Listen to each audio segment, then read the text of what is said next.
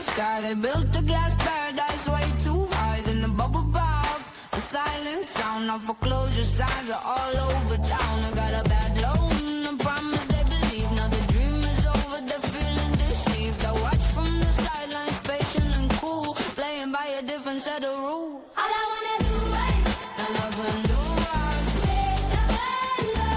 All I wanna do is, and I'll cash your heart and watch the funds grow. This is straight up capitalism, tick, tick, boom. Sweeping up the pieces with the concrete boom. Wanna do, wanna do, wanna do. Get a call from my contact, a whisper on the phone. Another empty unit, the speculator is gone. He says a shame with a crocodile tear as he sells me their future for a fraction of last year. The paperwork's easy, a cash only deal. That heartbreak and panic is my next big steal. They get a cardboard box, I get the ocean view. It's nothing personal, it's just what I do. And I catch your body, take your condo. And I catch your body and watch the dance. This is straight up capitalism, chick, chick, boom. Sweeping up the pieces with the concrete broom. When I do wrong, when I do wrong, when I do. Some myself ask for a quick return. Some I rent out, let the lesson burn. They call it a crisis, I call it a sale. In this concrete jungle, the strongest prevail. No funny business, I am the business. They sold you a lead, now I'm the witness. Seek your condo.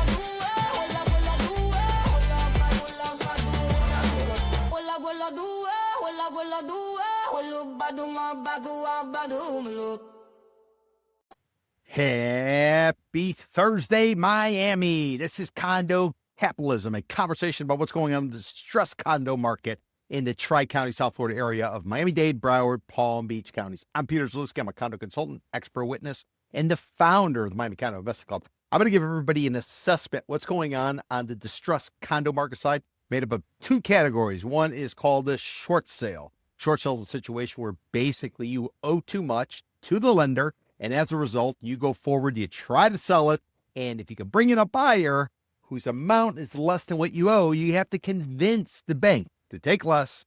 Why would they do that? So they avoid the foreclosure process, which can take between 4 and 12 months to get it over the finish line, especially if it's a homesteaded property. What is the alternative to a short sale? Well, you stop paying. Once you stop paying, you are in default of your loan, and as a result, the lender will move forward to foreclose. And as mentioned, could take as little as 4 months, but as much as a year or so, based on whether or not you have it as a primary residence and or you're declaring a homestead.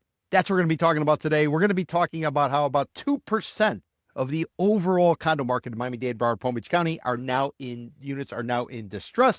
We're also going to be talking about if you were to go after an REO, which is a foreclosure, which is a bank-owned unit. You're looking at roughly about a 31% discount to buy a bank-owned unit versus the overall market. And if you were to pursue a short sale, one of these units where basically the borrower, the owner, is upside down, and you got to get a bank that can agree to avoid foreclosure and sell it to you at a loss.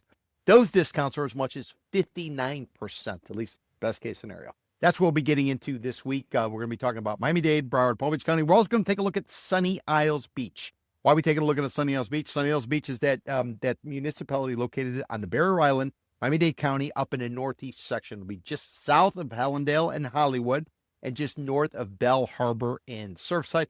Talking about it because this Saturday we're doing a walking tour. We're doing a Sunny Isles Beach condo correction walking tour. We're going to spend about 3 hours, wander about 4 miles. I'm going to give everybody a list of all the condo projects that exist in Sunny Isles. And let me give you a little glimpse. We got about 94, 95 projects with close to 20,000 units. For what it's worth, there's 22,000 people who are residents of Sunny Isles Beach, and you got close to 20,000 units at this point. And I'm sure there's plenty of room where they can go ahead and they can put up even more. But we're doing a tour this Saturday from 10 to 1 o'clock. We'll wander around, give everybody a list of all the different condo projects. I'll teach you how to analyze condo projects. I'll help you to identify what is an opportunity and what ultimately could be a pitfall or a value trap. That's what will be discussed. We'll also talk about some history. I'll give you tips and ways, rules of thumb. So as you're playing out there in the condo market game, you're able to really sort of do whatever it is you're trying to accomplish. Doesn't matter if you're a buyer as a DIY, do it yourself. Doesn't matter if you're a buyer with a broker. Go ahead, bring your broker along with you. You got to buy him a ticket, but go ahead, bring him along. You could be a sell-side listing agent. You're invited as well. You're a lender. Come on down. Regulators, gadfly. We want everybody to come. We're simply going to be talking condos. We'll be talking numbers. You're not going to get any Chamber of Commerce talk. Not going to get any sell-side talk on this tour. And you'll probably have a good time. You'll get in some laughs. You'll enjoy the sun, the beautiful weather while we still got it. You know, we're less than, 35, 36 days away from the beginning of the summer buying season, which will go effectively from May through October. That's a time of heat, humidity, and hurricane warning. So those sellers looking to get out, they got a small little window to ultimately try to find a buyer. Most likely they would transact in the summer buying season and they can go on their way. And if they aren't able to get out, chances are they're riding it through into around September when things start to heat up again. Typically in May, June, July, we clean up everything or we close up everything that was identified. It began negotiations. It went under contract during the winter buying season, which goes from November through April. August, dead. Nothing's going on. Everybody leaves. They could be up in the Hamptons in New York. They could be in Europe. Maybe they're in Canada. Maybe they went to North Carolina. Maybe they went whatever, but they're not in South Florida. Many of them start to come back in September. Once school goes back, they get back to the office. If summer is over, then the activity kind of begins again. So if you were on the sell side and you were living in a condo and you were feeling the pain, you're feeling what we deemed in June of 2024, the Florida Condo Association financial cliff. What's a cliff? Cliff's the situation where you're living in a building and everything around you is sort of changing. Costs are going up because of rising maintenance fees, hefty special assessments, as well as pricey insurance, all related in some way or some fashion to what happened back in June of 2021 when a tower went down in Surfside, which is roughly about 87 Terrace in Collins Avenue. If you guys know the Barrier Island, Sunny Isles Beach, for instance, it's going to begin about 159. So roughly somewhere in the vicinity of 90 blocks, 80 blocks south is ultimately where that tower went down. Everything changed as a result of that. It was this generation's version of Hurricane Andrew, which happened back in August of 1992 when development in South Florida changed. Well, that's what Surfside was, but this time it is statewide. Insurance companies lobbied the legislature. Legislature adopted a bunch of rules. All these rules were based on transparency, not only on the condo association side and what they have to share, but also, too, inspections. Inspections are now required of condominiums in Florida. Remember, there's about 28,250 associations, 1.2 million units. Down here in the South Florida area of Miami-Dade, Broward, Palm Beach County, you're looking at somewhere in the vicinity of 13,000 associations with more than 610,000 units. So as a result of that, all these buildings need to be inspected. They need to be inspected every 10 years under something called a Structural Integrity Reserve Study. And at year 30, they do something called a milestone inspection. That's the big study. That comes up at 30, leading up to the 30-year anniversary of a building. What happens in one of these inspections? You get a licensed architect, you get a licensed engineer. They go in there, they evaluate it. They sort of figure out what the shelf life is of certain products. Remember, life safety is a big issue. We don't want a repeat of Surfside back in June of 2021, where nearly 100 people died. A $1 billion settlement was paid out to families of victims. As a result of the findings of the licensed architect, the licensed engineer, it's turned over to the numbers people. Numbers people came up with some estimates. What's it going to cost to fix this stuff, to maintain this stuff? And as a result, the bill is given to the Condo Association. Condo Association, as of 2026, they have to adopt a strategy to pay for it. They either hit people with special assessments. Typically, you get about a year to pay. If you don't pay, you can get foreclosed. And or association takes out a loan. Loans, right now, a mortgage is going for about 6.5% or so due to the run-up in interest rates following the U.S. and Israel's attack of Iran. A lot of volatility right now in the market. A lot of affordability issues. We all know how much gasoline costs now. Fortunate enough for me, I don't have a car, so it's less of an issue. But that being said, it is impacting mortgage rates coming in about 6.5%. If you were to take out a loan for do the work on one of these condo associations, you're looking north of 9%. So it's expensive money in order to live in these condos. And as a result of that, a lot of people heading for the exits. They all started to head for the exits effectively at the beginning of this winter buying season, which began in November. And those who really need to get out, they were out by January. The other ones who sort of stood firm, they hoped that during the winter when everybody was in town for an event, for a vacation, for a cruise, that some of these people would fall in love with South Florida. They'd want to buy a condo. They'd move forward and try to purchase it. Well, in and around the middle of February or the beginning of February, which basically represents the halfway point of the winter buying season. Winter buying season is when you shop for a condo. About halfway point, some of them started to realize, hey, I'm getting on the wrong side. My window to sell is starting to close. The window really began to close once you got to the President's Day weekend. That's when you get the Coconut Grove Arts Festival, the Miami Beach International Boat Show. That is the peak of the winter.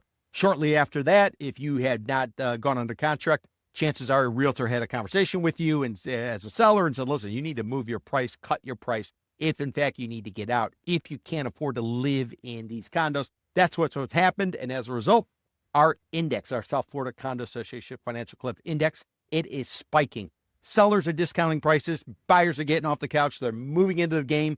And it all started to get heating up as we start to wind down this winter buying season, which, as mentioned, a little bit over, roughly about 5 weeks or so from now, it's going to be over. And then we got heat, we got humidity, we got hurricane warnings, which is part of the South Florida summer buying season. What we're going to do is we're going to get into the statistics right now. We're going to talk about what's going on. How much can you buy a distressed unit for? What's it trading for? What are the differences? Are they the old ones, the ones we call vintage, at least 30 years old? We call those vintage. Nice name for an older type of product. Some of you might be saying, I don't know if I want an older one. Look what happened to Surfside. Well, here's sort of the push-pull on it.